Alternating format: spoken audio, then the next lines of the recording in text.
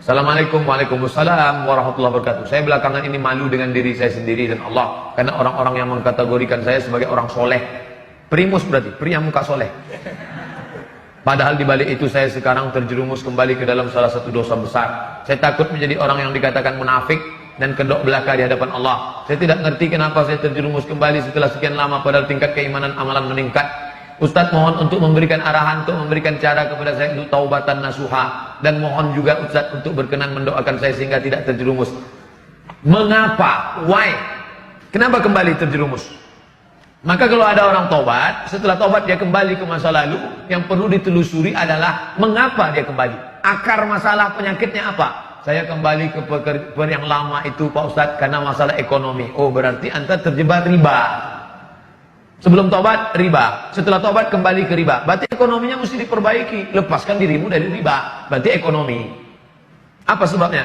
Saya dulu Pak Ustadz sudah berhenti, nggak lagi nyanyi-nyanyi karaoke, lagu metal, lagu hantu, lagu setan. Tapi sekarang masih. Sebabnya apa? Pergaulan. Berarti harus di-cut pergaulannya. Sebab kamu kenapa? Saya kembali ke masa lalu, perbuatan ini. Masalahnya apa? Seks. Kenapa muncul masalah seks? Karena belum menikah. Ya nikah. Man istata'a minkumul ba'ah. Siapa yang sudah mampu falyatazawwaj, menikah. Kalau nggak sanggup menikah, falaihi bisawm, perbanyak puasa sunat. Makan berkurang, libido seksual turun, nafsu ada, tenaga nggak ada. Nafsunya ada, tenaganya nggak ada. Apalagi mahasiswa di kampus datang kawan, tengok tuh ada cewek cantik. Mana? Udah nggak lihat ya. Maka disuruh banyak mempuasa sunat. Maka jangan mengobati masalah yang sebenarnya bukan inti masalah. Maka saya kalau ceramah, saya mesti tahu dulu ini masalahnya apa. Jangan sampai kita bawa entrostop, ternyata orang sakit migrain. Kita bawa bodrek, dia mencret, nggak sesuai. Maka kamu yang paling mengerti tentang dirimu. Apa masalahmu? Atasi masalah tanpa masalah.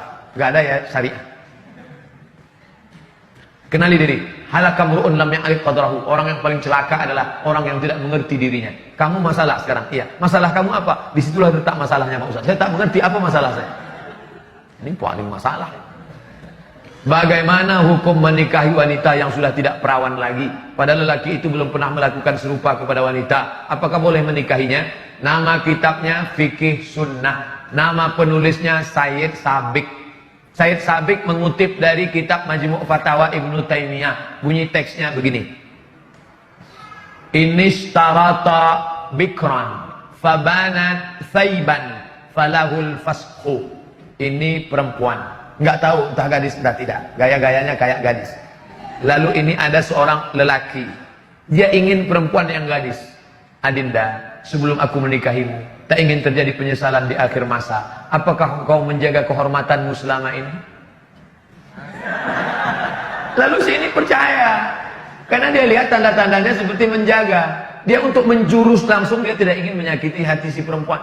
Ternyata setelah menikah, inilah yang dikatakan Imam Ibnu Taimiyah, inishtarata bikran. Kalau laki-laki ini mensyaratkan istrinya mesti perawan, fabanat saiban, ternyata tidak perawan, falahul fashu, maka dia punya hak untuk fasah. Fasah artinya pembatalan pernikahan.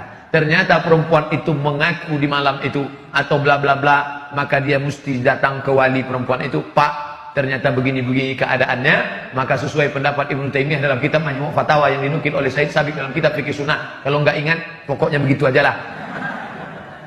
Ini starata bikran. Kalau seorang laki-laki mensyaratkan istrinya mesti bikr, gadis, fabanat saiban, ternyata tidak gadis, falahul fashu, maka dengan ini aku membatalkan pernikahan. Bapak nggak perlu tahu orang lain ini bla bla cerita ini, jangan langsung jangan diekspos ke FB. Ini penyakit orang sekarang. Begitu terjadi masalah, ternyata kau tidak seperti yang kuinginkan. Kasihan.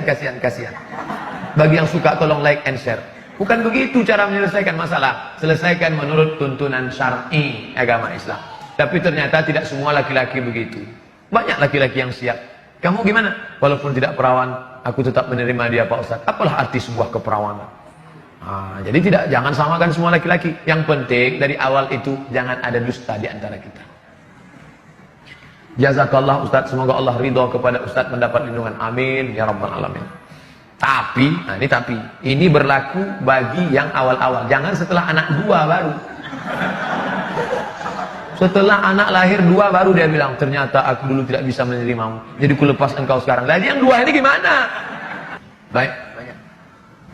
Sampai kapan batas boleh mengqadha saum? Ini puasa Ramadan tahun lalu. Ini 29 hari lagi puasa. Maka puasa yang ini diqadhanya kapan? Nih, qadha artinya ganti. Ini kesempatan emas nih.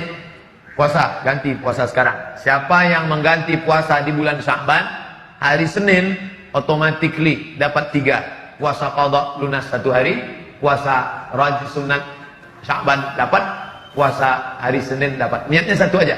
Saya niat puasa qadha, otomatis dapat 3. Jadi nggak perlu niatnya 3. Saya niat puasa qadha sekaligus puasa sunat Sya'ban sekaligus puasa Kamis. Batasnya kapan? Sampai Ramadan ini. Kalau ntar sampai Ramadan dia belum mengqadha juga, apakah gimana? Maka dia tetap qadha selesai Ramadan, hanya saja kena denda plus. Kalau di sini dia cuma qadha. Tapi kalau sudah lewat Ramadan ini, maka dia kena 2. Qadha plus fidyah. Fidyah itu apa? Memberi makan fakir miskin 1 hari. Bukan 1 kali makan. Banyak orang berpemahaman keliru, 1 kali makan. 1 hari makan. Ustaz, 1 kali apa 1 hari? 1 hari. 1 hari berapa kali makan Ustaz? Kamu makan berapa kali?